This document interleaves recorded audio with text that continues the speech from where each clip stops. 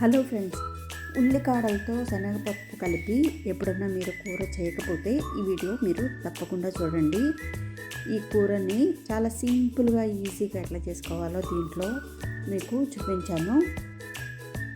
ఉల్లికాడలు అంటే చిన్న ఉల్లిపాయలు ఉంటాయి కదా, ఆ ఉల్లిపాయల నుంచి వచ్చే కాడలు ప్లస్ దాని వైట్ పార్ట్ ఉంటుంది కదా, అది కూడా కలిపి ఉల్లికాడలతో శనగపప్పుని కలిపి మనం కూర చేస్తాము. చాలా అంటే చాలా టేస్టీగా ఉంటుంది. ఇది రైస్లోకి బాగుంటుంది, చపాతీ, జొన్న రొట్టె దేంట్లో కన్నా చాలా టేస్టీగా ఉంటుంది అన్నమాట. బగారా రైస్లో కూడా ఇంకా బాగుంటుంది. ఒకసారి ఈ వీడియోలో నేను చూపించినట్టుగా మీ ఇంట్లో ఒకసారి ట్రై చేసి ఎలా వచ్చిందో చూడండి. దీనికి నేను ఒక 500 గ్రామ్స్ ఉల్లికాడలు తీసుకున్నాను అనమాట. 500 గ్రామ్స్ ఉల్లికాడలు చాలా ఫ్రెష్గా వచ్చినాయి. సో ఈ ఉల్లికాడల్ని మనం బాగా క్లీన్ చేసుకోవాలి. వెనకాల తొడుము తీసేసి ఒక పొర మనం ఉల్లికాడల మీద ఫస్ట్ పొర ఉంటుంది కదా, అది తీసేసి చివర్లు కూడా కట్ చేసుకోవాలన్నమాట. తర్వాత వైట్ పార్ట్ సపరేట్గా కట్ చేసుకొని గ్రీన్ పార్ట్ని సపరేట్గా పెట్టేసుకుంటున్నాను. అలా 2 పార్ట్స్గా డివైడ్ చేసేసాను. ఇలాగే అన్నీ కూడా సపరేట్గా చేసేసుకున్నాను.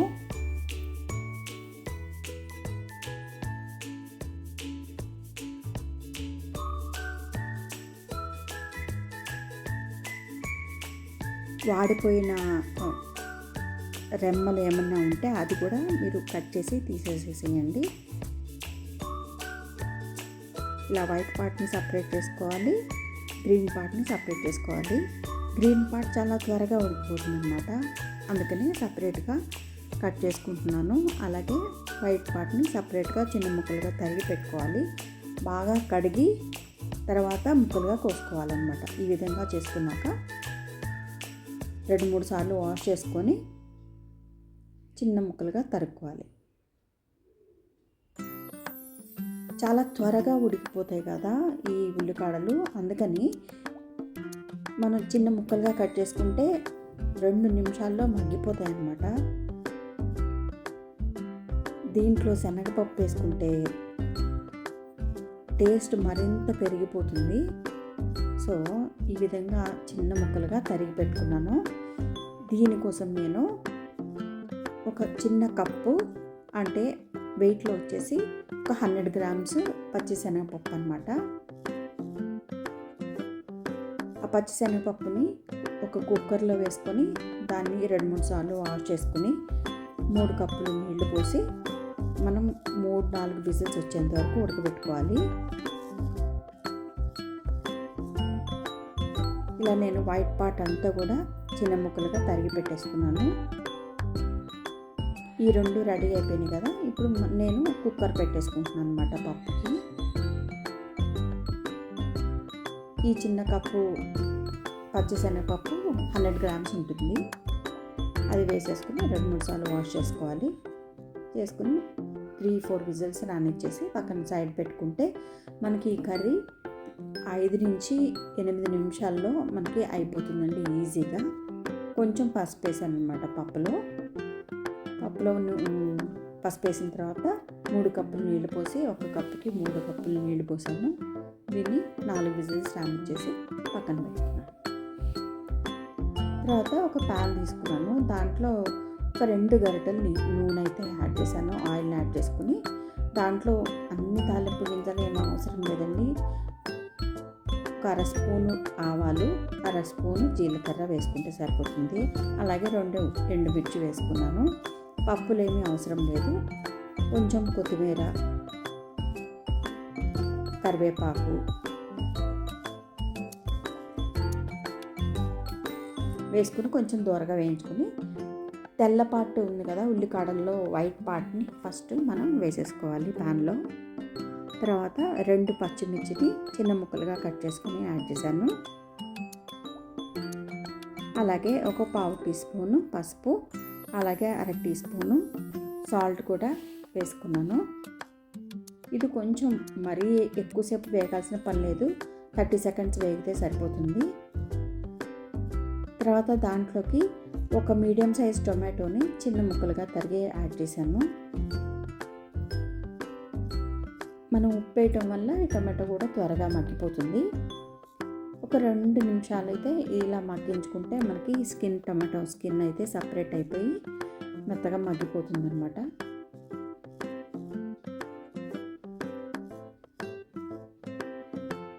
ఇలా మగ్గిపోయిన తర్వాత ఒక 1/2 teaspoon ginger garlic paste, అల్లం వెల్లుల్లి పేస్ట్ యాడ్ చేసి అది కొంచెం పచ్చివాసన పోయేదాకా వేయించుకోవాలి.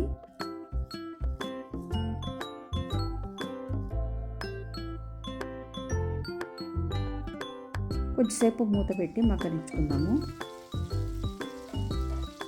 ఈ పచ్చివాసన పోయిన తర్వాత మనం సన్నగా తరిగి పెట్టుకున్న గ్రీన్ పార్ట్ అయిన ఉల్లికాడలు ఉంటాయి కదా, ఆ ఉల్లికాడలు మొత్తాన్ని వేసేసుకోవాలి.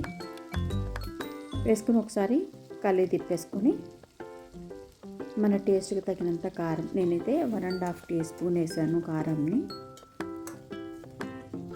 చాలా త్వరగా మగ్గిపోతుందండి ఈ గ్రీన్ పార్ట్ అయితే, 1 మినిట్ కూడా పట్టదు. ఇది కొంచెంసేపు మగ్గటానికి మూత పెట్టేశాను. ఈ లోపల పప్పు ఉడికిందేమో చూద్దాము.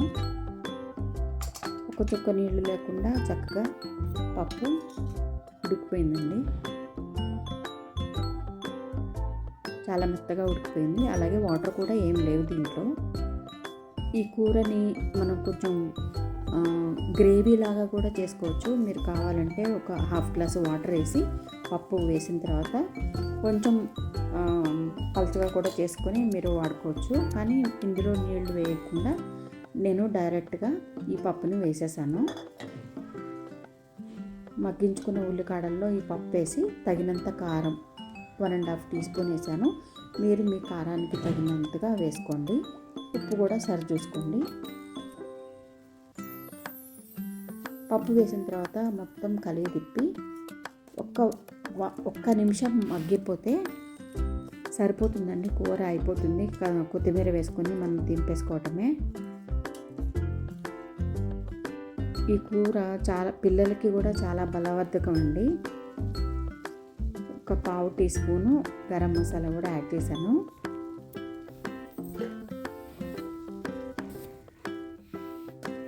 గరం మసాలా వేసిన తర్వాత మూత పెట్టేసుకుని ఒక 10 సెకండ్లు ఉంచిన తర్వాత